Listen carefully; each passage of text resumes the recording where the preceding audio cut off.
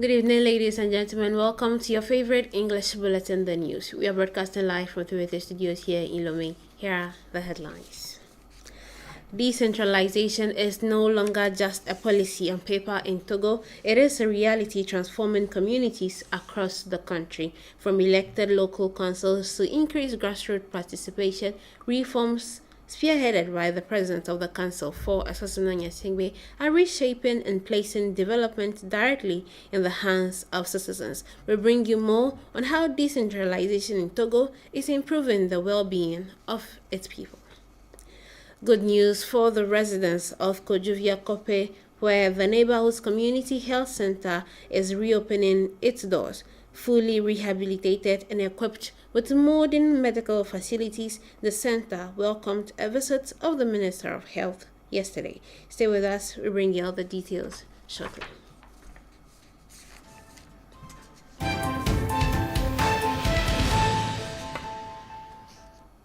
And yes, it is always a pleasure to have you join us. Decentralization, effectively implemented in Togo for several years now, is delivering tangible results on the ground. These achievements stem from the vision of the President of the Council for Assassina Singbe, who is determined this year to consolidate and sustain these gains in order to build a more inclusive system of local governance that benefits all citizens. I will find Shugan tells us more in this report.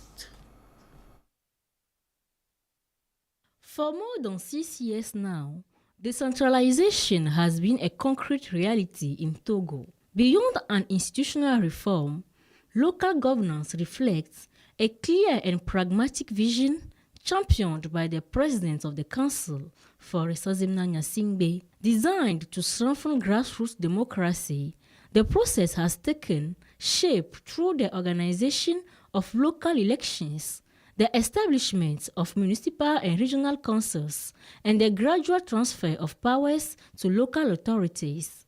For the President of the Council, local development is a shared responsibility. Decentralization aims to bring public action closer to citizens, acknowledge the diversity of territories, and ensure that national development is not confined to the capital alone. The transformation of Togo in this vision must also be reflected in its prefectures, communes, and villages. Strong emphasis is placed on community-based development. Local governments are no longer viewed as mere administrative extensions of the central state, but as key drivers of development. Local elected officials are now more closely involved in public action, supported by strengthened resources and improved coordination between the executive branch, the National Assembly, the Senate, and territorial authorities. Decentralization is therefore well underway in Togo. To consolidate this process, the state continues to mobilize the necessary resources to promote local development, one in which Togolese citizens, both men and women, are the principal actors. And indeed, when it comes to decentralization, the year 2026 has begun under the banner of unity and commitment in the maritime region, where local leaders and communities mobilize around a shared vision, embracing national development directives of the President of the Council for Assassina Singbe to strengthen peace, social cohesion, and progress at the grassroots level. I will find Chugan tells us more. In the maritime region, the year 2026 began with prayer at the governor's office to give thanks and place the new year in the hands of the Almighty. Travailleurs, les jeunes, les femmes, les familles et faits de notre région, un exemple de vivre ensemble et de réussite. Gathered around the governor, representatives of the various municipalities of the maritime region seized the opportunity to reflect on the future of their localities. Among the wishes expressed at the start of the year were the continuation of major development projects, as well as the strengthening of peace, security, and social cohesion across the region. These aspirations were warmly received by the governor of the maritime region, who called on all stakeholders and institutions to deepen their involvement in the local development process by embracing the orientations and directives outlined by the President of the Council during his address to the nation on December 30th, 2025. The governor reassured the populations that their wishes would be faithfully conveyed to the President of the Council. He reaffirmed the government's commitment to sustaining and strengthening the momentum of territorial development. Citizens, on the other hand, were encouraged to actively contribute to the harmonious, inclusive, and sustainable development of the maritime region. Progress indeed has been made, but the road to gender equality in Togo remains challenging. From political representation to economic empowerment, women continue to push for greater inclusion as authorities step up efforts to close persistent gender gaps. Our Chugan tells us more. Within the central administration, women hold approximately 14% of appointed positions. In parliament, their representation has improved but remains limited, accounting for about 22% of seats in the National Assembly and roughly 27% in the Senate. At the local level, women make up 20% of regional governors and only 15% of members of municipal and regional councils. While these figures reflect tangible progress, they also underscore the need to accelerate reforms. Economically, women's financial empowerment remains a priority, with access to financing identified as a key lever. In this regard, the National Inclusive Finance Fund has adopted a proactive approach, with 65% of its loans granted to women. This fund supports income-generating activities, particularly in rural areas. The authorities are committed to strengthen legal and institutional frameworks with the aim of sustainably reducing gender-based inequalities. Inclusive and sustainable development remains the overall goal. Several initiatives are planned for 2026. They include improving women's access to land in rural areas, expanding support for female entrepreneurship, and intensifying the fight against gender-based violence. Despite this political commitment, challenges persist. Consolidating the gains achieved requires effective implementation of measures, rigorous monitoring, and strong collective mobilization. And our team here send heartfelt congratulations to all women in every field. Now, relief and renewed hope for residents of Kojuvia Kope after major rehabilitation works. The community health center is set to reopen soon, strengthening access to quality healthcare and reinforcing the government's commitment to a resilient national health system. The center was visited by the Minister of Health, who came to assess the renovations firsthand. Ahefanu Chugan reports.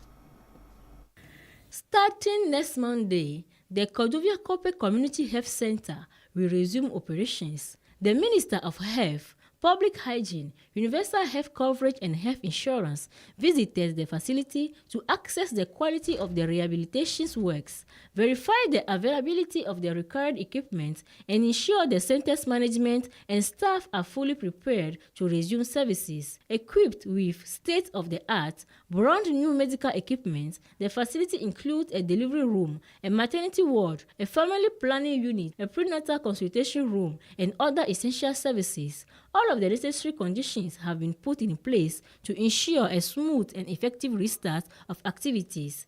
At the end of the visit, the minister urged healthcare workers to demonstrate professionalism and dedication in the performance of their duties. The rehabilitation of the center, including the construction of the new building, forms part of the vision of the President of the Council to build a strong, resilient health system across the entire nation territory. And with nearly half the population under 25, the country is turning a demographic challenge into an economic opportunity by empowering young people to become entrepreneurs. From government-backed programs to microfinance initiatives, a new wave of innovation is giving Togolese youth the tools to build businesses, generate employment, and shape the nation's economic future. Kusigle comes through with this feature report. Togo's youth population is growing rapidly, presenting both a tremendous demographic advantage and a pressing economic challenge. With a median age of about 20.7 years, nearly half of the population is young, economically active, or aspiring to be so. Yet, despite this youthful energy, stable employment remains out of reach for many. According to recent estimates, the official youth unemployment rate ages from 15 to 24 sits at around 3.4%, but this figure masks deeper issues. Many young people are underemployed or trapped in informal works within low income and little security. In fact, over 75% of the workforce is self-employed, and the informal sector represents more than 90% of the total employment. Against this backdrop, entrepreneurship has emerged as a key strategy, not only for self-employment, but also for creating jobs for others, stimulating innovation and boosting economic resilience. For this vision to become reality, several factors must come together: strong education, self-confidence, access to opportunities, and practical experience. By all means, finish school. By all means, try to get at least your first degree. By all means, if it's possible, try to get that before you go into the business world, because that gives you a broader knowledge of things. If you go to school, you get to understand how things work. It broadens your knowledge to enter into the business system. Okay, and then I also encourage you to also study other people. Don't just get up and say, I found someone selling this, I'm going to sell it. It might not work. Study under somebody. Like I worked in the formal center, okay? I worked through marketing, sales. I went to supplies, okay, before I came out.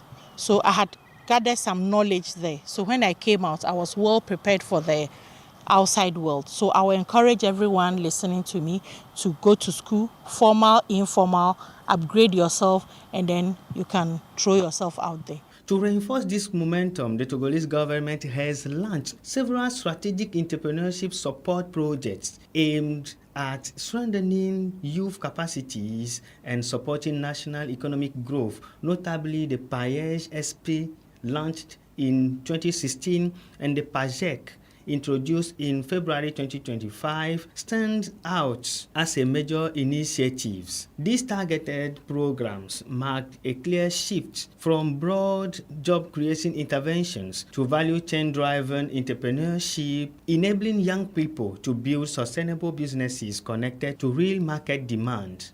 If you want to start your business, first you have to register your business. Then when you get your certificate, you come to the assembly. Then you come and ask for permits from the works department. When you get the permit, then you come and pay for your BOP, that is business operation permits. When you get that, they'll go and assess your place, how the place is big. With that, they will give you your bill. When you pay, they'll give you a certificate. Then you can start your business. If you don't do all those things, our tax force will be going around checking. When they realize that you don't have the permit to operate your business will be closed down. I always advise people to seek information for themselves. You don't need to listen to people. Come to the assembly, you take the first-hand information, then you know what to do with it. So don't be listening to people that when you come to the assembly, they will charge you for this and this and that. No. If you have registered your business, just come with your certificate. Whatever you have to pay, you pay it legally and you get your receipts. The BOP, that is the business operation permit, you pay it at your assembly where your business falls within. You can be staying in another district, but your business will be in another district. So you pay at where your business is situated, not where you are living.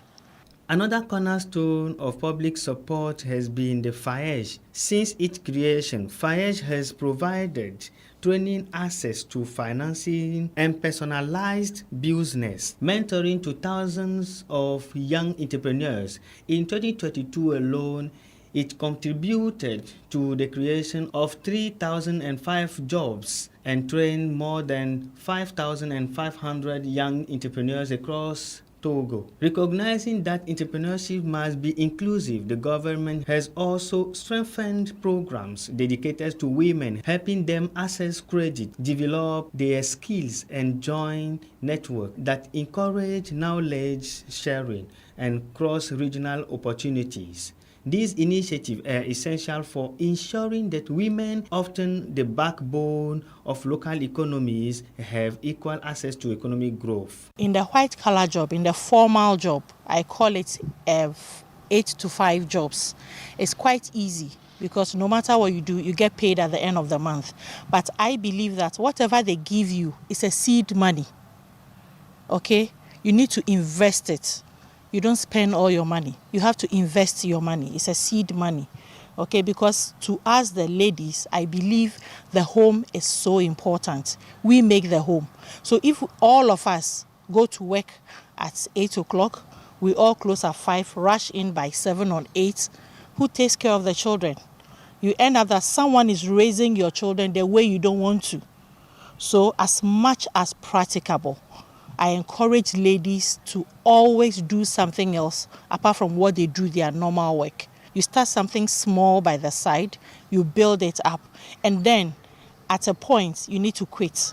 It's very difficult to quit because when you start business, in the first year you might not make any profits. You might be making losses or even breaking even, okay? But you have to build on. That's why you have to be straight in your mind that this is what I want to do.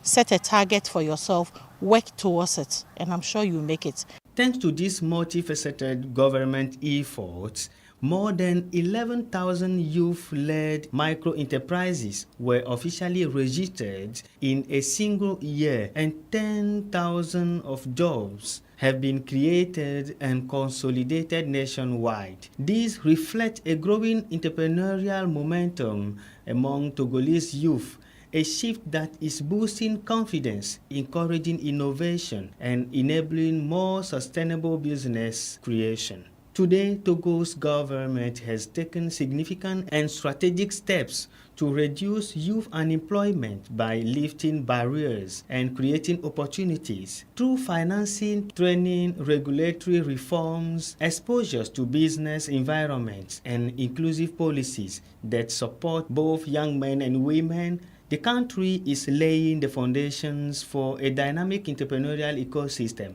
an ecosystem where young people are not only able to launch ventures, but also to scale them, create jobs, and play a leading role in Togo's economic transformation. And to all the young people making a difference out there, we wish you all the best. Keep it up and not give up. Let's move out of our country to have this roundup of activities happening on the global stage. Zambia has withdrawn its request for a one-year extension of its extended credit facility with the International Monetary Fund, the IMF said on Wednesday. No reason was given for the decision. The ECF was agreed in 2022 to help Zambia stabilize its finances after defaulting on its international debt 2 years earlier. A one-year extension would have released an additional $145 million and kept IMF monitoring in place. Zambia is facing double-digit inflation ahead of August general election. The government is projecting an improved financial forecast for 2026, predicting that the budget deficit will fall by more than half and that growth will exceed 6%. Elections. President Alassane Ouattara accepted the resignation on Wednesday after the ruling RHDP party secured a landslide victory, winning more than 75% of parliamentary seats.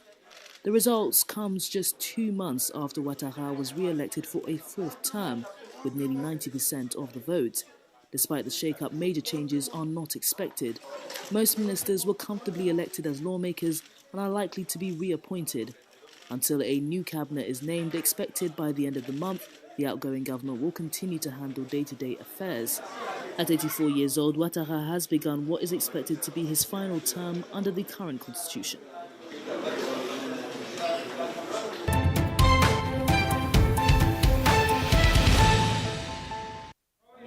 Long overshadowed by South Nigeria's Nollywood, filmmakers in the north of Africa's cinema powerhouse are pushing the boundaries of censorship in search of international recognition.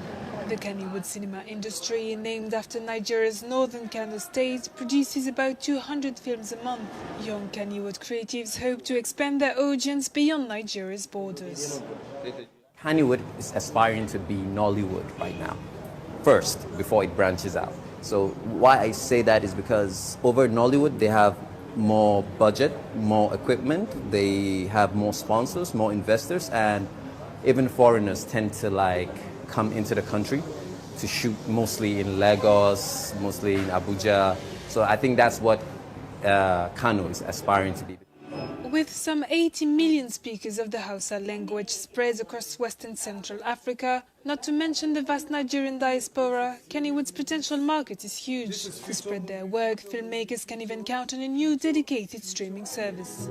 So we decided to come up with our own platform at our own level, using our own resources to enable us to stream our northern films all over Nigeria. This is what prompted us to create this platform so that Kennywoods can be part of this progress the world is witnessing.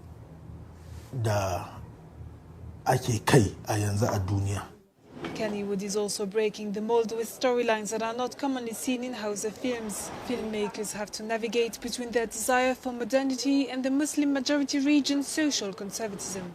The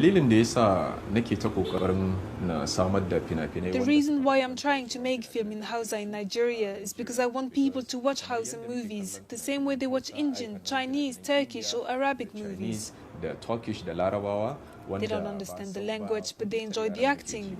That's why, as a Muslim filmmaker, I want to make movies that the whole world can watch, even if they don't understand the language. With scarce resources and the prospect of censorship, young filmmakers are facing a number of challenges. But their extensive creativity is a powerful driver for Kannywood.